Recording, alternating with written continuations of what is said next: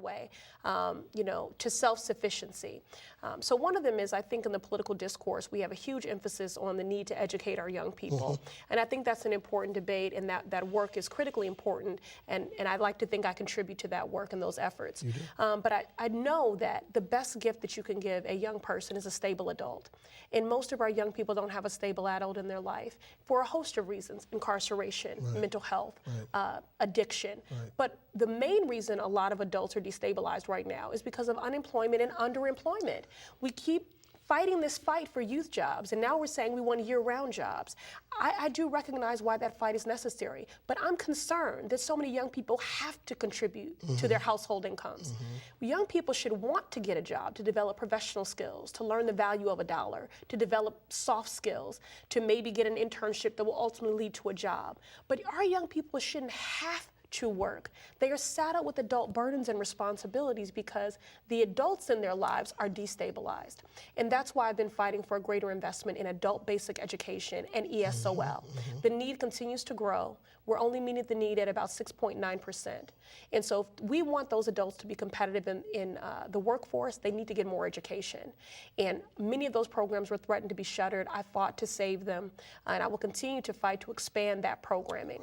The other issue that I'm working on relative to stabilizing our adults, also in the education space, is to go after these predatory for-profit colleges and universities. I've partnered with our Attorney General, Martha Coakley, in a public awareness campaign. Many low-income families, veterans, single-parented households, diverse learners are targeted by these for-profit colleges and universities who recognize that these constituencies are more likely to receive federal benefits. And they convince you that you can get an education ostensibly for free. But what really happens is that by and large, people default on those loans. And they cannot get on a pathway to self-sufficiency. They have a defaulted loan, a bad credit rating, they can't buy a home, and they can't get a job. And so we don't want to vilify every for-profit college and university, but many of them are preying on our most vulnerable and engaging in deceptive practices. So that's one thing. And the last thing I would say is about creating more jobs. And I can get into that after you ask your question. Well, no, I was going to ask you about vocational education. When you talk about creating more jobs and these pathways to being able to sustain yourself and your livelihood, where do you come down on voc ed? And the need for... Well, I mean, I have to say, this is how I know that we have young people that have an interest in these trades based upon the number of diverse learners and low-income learners that are going to these for-profit colleges and universities. Some of it is that they market so aggressively. They invest all their money in marketing, late-night commercials, bus shelters, tea shelters. They literally call guidance counselors in high schools and ask for their GED list. So they market these kids, okay? So you see more of them going there because they're being heavily marketed and because they're being told it's their only option. But what I do like that does tell me is that we have a lot of young people that are interested in the parades, in the trades rather, and in being entrepreneurial, and in developing these skill sets, and in their ability to do that does build wealth for our communities. So we have to strengthen the pipeline, and so I'm very encouraged by what's happening. The partnership RoxMap between Roxbury Community College and Madison Park High School, which will now ensure that these young people are not only graduating high school, but getting an associate's degree, and in working in partnership with the trades, developing a direct pipeline. But the other issue that I wanted to talk about on the job creation front is I have filed a home rule petition on the City Council to reform what I see as an antiquated state law, and that is to lift the cap on liquor licenses. And let me explain that a little bit. Currently, we have a situation where the city does not control how liquor licenses are procured and where they are distributed. And so what that means is there are a limited number of liquor licenses available, and so you end up having sort of independent bidders, a black market, if you will.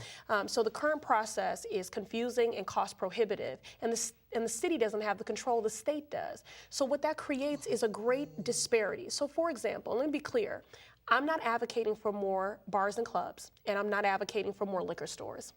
What I am advocating for is more restaurants. And we know the restaurants make their profit margin on their bar, not their food. This is not about generating, sort of social ills, because I've worked my whole life to mitigate them. I'm not trying to convert Main Street into New Orleans Bourbon Street. What I do want is for every neighborhood to have a thriving Main Street. And a big component that's critical to a thriving Main Street are successful restaurants. So Sheriff, very quickly, if you look at the disparity, Roxbury has 26 liquor licenses. 17 of them are for boxed liquor stores. That is not generating wealth. That is not creating jobs. The North End has 0.2 square miles, 99 liquor licenses. Density and saturation, they don't want anymore. So what we need to do is to lift the cap, make more available to drive the costs down, because right now a full liquor license goes for $325,000.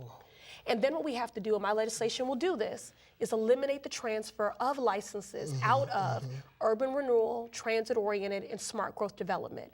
We need restaurants as community anchors, as economic engines, and job creators. And for so many of our people, young people and young adults, or who are coming out of the correctional system, who are Corey challenged, the culinary arts has been one of the best vehicles to get them back on their feet. Interesting that you bring that up, and I don't mean to cut you off, but last year we began an urban farming program at the Suffolk County Sheriff's Department, which went really well. In 2014, we're starting a culinary program, and in 2015, we're going to start a hospitality program. Wonderful. And so what we're looking at is vocations where clearly it matters if you've been away, if you've been incarcerated. That said, if you can make a steak for me, you know, I don't care where you've been the last 5 years, medium rare, please, and we're good to go. You know, we need to look at vocations where people can get employed. Yes, you know? Exactly. And so that's what I'm trying to get at in my efforts to reform this antiquated state law by filing this home rule to lift the cap on liquor licenses. How can the viewers help you? Well, I mean, right now, I'm very encouraged by the response of my legislation by my council colleagues. I'm very encouraged. I have every reason to believe that the legislation will pass the council unanimously. And then we have to secure the mayor's signature, and I've been very encouraged by our conversations, and I know he appreciates the value that restaurants add. He has 2 pieces of legislation at the State House about this. And then we have to take our fight to the state legislature. And so I'll come back on because I'll be trying to enlist people to lobby the legislature about the need for every neighborhood to have a thriving main streets, because success that isn't shared really isn't success at all. Yeah. I mean, it's just crazy that, would you say 1.2 miles? Well, the North End 99? is 99, yeah. And Mattapan has 26 liquor, Roxbury has 26 liquor licenses, and Mattapan has 9. So that's where you really see, you know, these wealth inequities and this disparity. We have to not just give families the opportunity to get on the pathway to self-sufficiency. You know, breaking cycles of poverty, Sheriff, means we can't just help the individual. We have to lift entire families and entire neighborhoods. So we need thriving main streets so that, you know, every neighborhood is successful and healthy and prosperous and generating wealth. I can sit here and listen to you talk about these issues all day.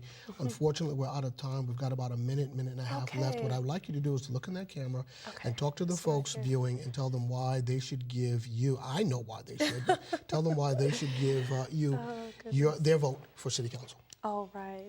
Well, again, my name is Ayanna Pressley. For the last 4 years, I've had the humbling honor of serving as one of your 4 at-large Boston City Councilors, representing this entire city, all 22 neighborhoods, working on issues that I consider to be neighborhood transcendent, issues that previously were overlooked and neglected, issues that people didn't see as the business of the Boston City Council.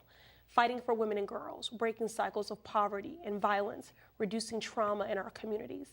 Anything that breaks the bonds of community or erodes at the fabric of us, that is the business of city government. And for as long as you entrust me with this awesome honor and responsibility, those are the issues that I'll be working on. I humbly ask for one of your 4 votes on November 5th. Thank you so very much. We really appreciate it. I know you got to get back out there and keep doing what you do. Changing the world. Yeah, that's it. Look, you know, one day at a time, but you know, we love having you out there, and thank you for working on our behalf, okay? Thank you so much, Sheriff. Thank you for everything you do. Love it. Appreciate you. Okay. All right, folks, look, we're going to go to a break, and on the other side, we've got Jack Kelly here, and he is going to talk to us about issues of importance to you and to him, and why you should consider giving him one of your votes for citywide city council. Please do stay tuned.